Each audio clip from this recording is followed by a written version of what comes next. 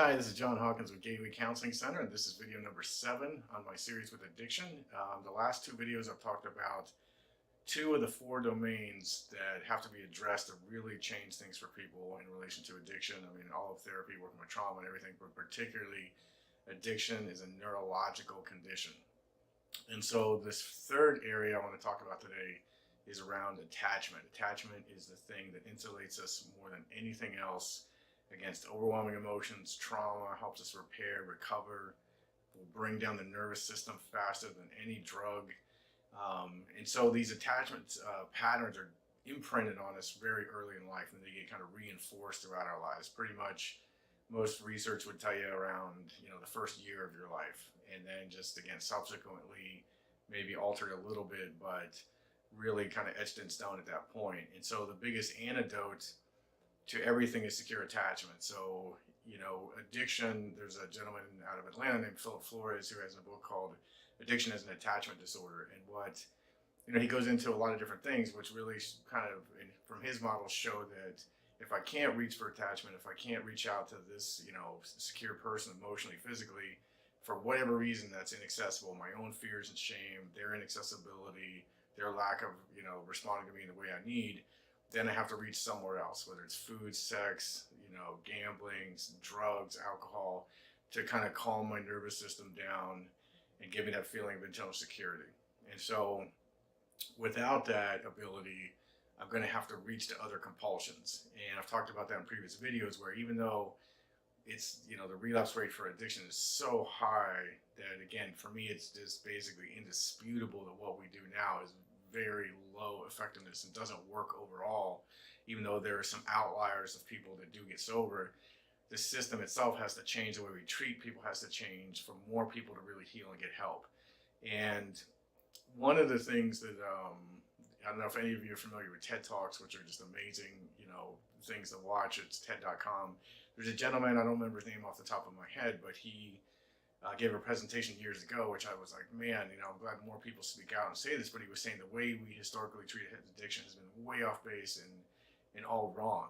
Like doing all this confrontation and shaming people and using fear and all this kind of stuff that I've never met anyone, or an addict in particular, that needs more shame. So, for a bunch of different reasons. But he gives this example of this big research project they did, and I think, they nicknamed it like Rat Park or Rat City, where they took two rats and got one addicted to heroin water, the other addicted to cocaine water, and they took a community of securely attached rats who were licked when they were young and, responded to by the mother rat, so their brains developed in a totally different way. They took these rats with the drug water and put them in this community. The rats gave up the drugs to connect with the other rats.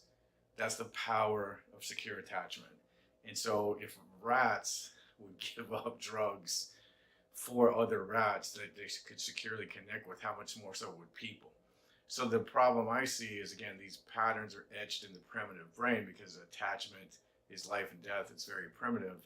And so you can't just like override those rationally. They can only be overridden experientially, with new experiences, but they can also be kind of unwound and erased through different experiential therapies. And so they're really based around memory patterns and implicit memories, like I talk about in every video.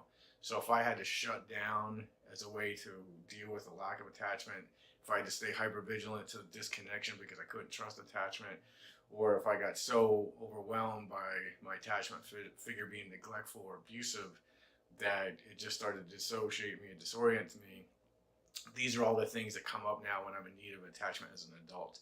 So through different therapies that I do, and you can go in and really access these early imprints and shift those and erase these implicit memories, which frees a person up to, much more easily have these new experiences where, wow, somebody really responds to me when I reach for them, or I can trust that, because what happened is I could have somebody who's very trustworthy and very responsive, but from the neck down, it's either going to just disconnect, or it's going to scream, they're going to go away, they're going to go away, they're going to go away, or it's going to just fragment me, and so then I can't maintain secure attachment on my end. And so this is such a crucial area that needs to be resolved for a person to be able to not have to engage in compulsive behaviors to regulate all this overwhelming stuff that starts to happen.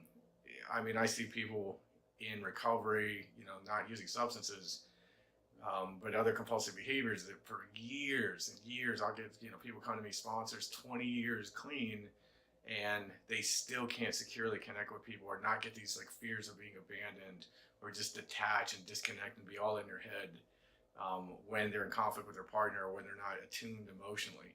So this is, again, the third area that is crucial to address. And all these areas, once you really can just stop, give up on some of these other ways that don't work, and just really go after those and really focus on those and shift those, it doesn't take forever to shift these things. It just takes somebody who's open-minded, who's willing to trust me or somebody like me to let go and just let us get in there and help do our thing with them.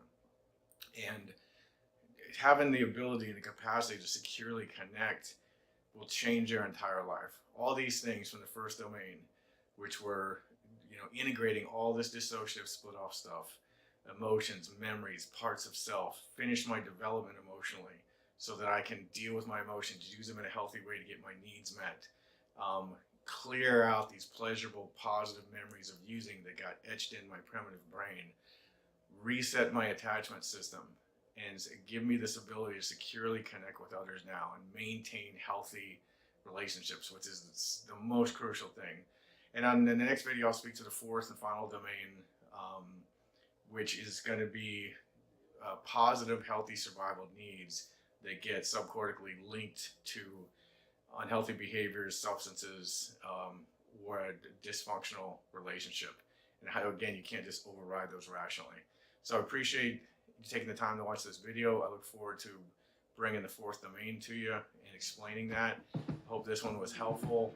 Email me any comments you have that you would like questions answered on. John H. at gatewaycounseling.com, Gateway Counseling Center Facebook page, and also John Hawkins, 1155 on Instagram, and Gateway Center on Instagram.